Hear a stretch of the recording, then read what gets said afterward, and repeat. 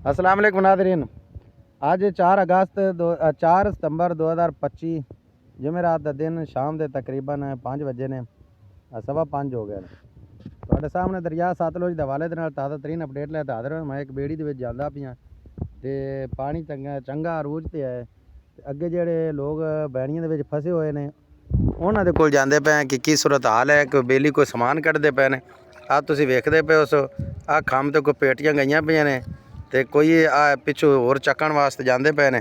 ਆ ਜਬੇਲ ਹੈ ਜਿਹੜਾ ਲੈ ਜਾਂਦਾ ਜੀ ਮਲਾ ਤੇ ਆ ਸੂਰਤ ਹਾਲ ਹੈ ਕਿ ਇਲਾਕੇ ਦੇ ਵਿੱਚ ਤਕਰੀਬਨ ਕਾਫੀ ਨੁਕਸਾਨ ਹੋ ਗਿਆ ਹੈ ਕਿ ਇੱਥੇ ਫਸਲਾਂ ਜਿਹੜੀਆਂ ਨੇ ਸਾਰੀਆਂ ਤਬਾਹ ਹੋ ਗਈਆਂ ਨੇ। ਘਰਾਂ ਦੇ ਵਿੱਚ ਪਾਣੀ ਐਂਟਰ ਹੋ ਗਿਆ ਹੈ। ਜਿਹੜਾ ਦਰਿਆ ਸਤਲੁਜ ਦਾ ਜਿਹੜਾ ਆਊਟਫਲੋ ਹੈ ਉਹ ਦਿਨ ਬ ਦਿਨ ਵੱਧਦਾ ਜਾਂਦਾ ਹੈ। ਅੱਜ ਵੀ ਗੰਡਾ ਸਿੰਘ ਤੇ ਸੂਰਤ ਹਾਲ ਜਿਹੜੀ ਹੈ ਉਹ ਕਾਫੀ ਗੰਭੀਰ ਹੈ ਕਿ ਪਾਣੀ ਦੀ ਸਤ੍ਹਾ ਜਿਵੇਂ ਜਿਵੇਂ ਜੱਟ ਪੈਂਦਾ ਬੁਲੰਦ ਹੁੰਦੀ ਜਾਂਦੀ ਹੈ। ਔਰ ਸੁਲੇਮਾਨ ਕੀ ਜਿਹੜਾ ਉਹਦੇ ਤੇ ਵੀ ਪਾਣੀ ਦੀ ਸਤ੍ਹਾ ਜਿਵੇਂ ਜਿਵੇਂ ਜੱਟ ਪੈਂਦਾ ਹੈ ਉਹ ਬੁਲੰਦ ਹੁੰਦੀ ਜਾਂਦੀ ਹੈ। ਤਾਂ ਪਾਣੀ ਦੀ ਸੂਰਤ ਹਾਲ ਜਿਹੜੀ ਹੈ ਉਹ ਬੜੀ ਖਤਰਨਾਕ ਜਿਹੀ ਹੈ। तो आज तुम वेखते पे हो कि आ फसलां ने आ कमाद है मेरे सामने खड़ा है। ये कमाद छोटा छोटा जो नज़र आता भी है कि इतना पानी है इत्थे। तो आ जंतर है तो जंतर दे केड़ा केड़ा लम्मा टांडा होंदा तुहानूं पता है। तो कितना क नज़र आता भी है तुम वेखते पे हो कि ये सारा इलाका जिथे तक नज़र जाती है सारा पानी पानी नज़र आता है। दूर दराज तक मुंजी तमाम ख़त्म हो चुकी है तकरीबन।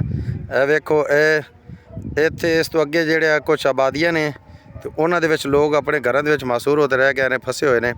तो अल्लाह ताला उन्होंने रहम करे कि अपील है उन्होंने कि अगर कोई समान काढ़ सकते हैं तो काढ़ लैन, नहीं तो अपन जाना लै तो इतों निकल जान। पानी का बड़ा तकड़ा रेला है इस इंटर होने वाला है। इस तो बाद तो आ भी डारियां ने आ मकान तुम वेखते पे हो कितना पानी दे विच है।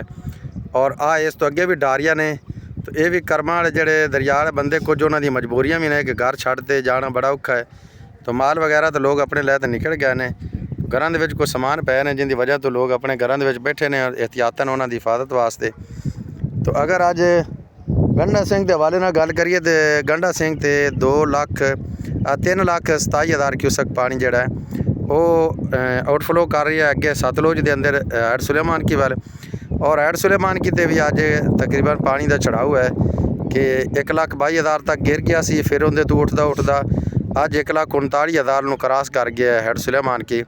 और इसकी सतह मजीद 2 दिन तक बुलंद रहेगी जदों तक पिछला रेला इतों गुजरा ना।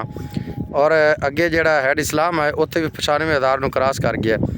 तो जोड़ा पिछे अगर गल करिए हैड हरीके की तो हरीके तो जोड़ा है उतों सतह घटनी शुरू हो गई है कि हरीके हैड तो 1,14,000 क्यूसक तकरीबन पानी चलता पिया है। तो जिथे तक मेरी मालूमात है जदों तक मैं डाटा मेरे को है और जोड़ा शाम को आमना है 6 बजे उदों पता लग सी कि उत्थे की सूरत हाल है। जिवें भी नवा डाटा आया हरीक हैड का इंशाल्लाह वो भी मैं तुहाडे तक जरूर पहुँचावांगा। तो ये सूरत हाल है पानी की। अल्लाह पाक खैर करे। अगर ये वीडियो तुहानूं पसंद आवे तो मेरे चैनल को सबसक्राइब करना है, वीडियो को शेयर कर देना है। अस्सलाम वालेकुम रहमतुल्लाहि व बरकातुहू।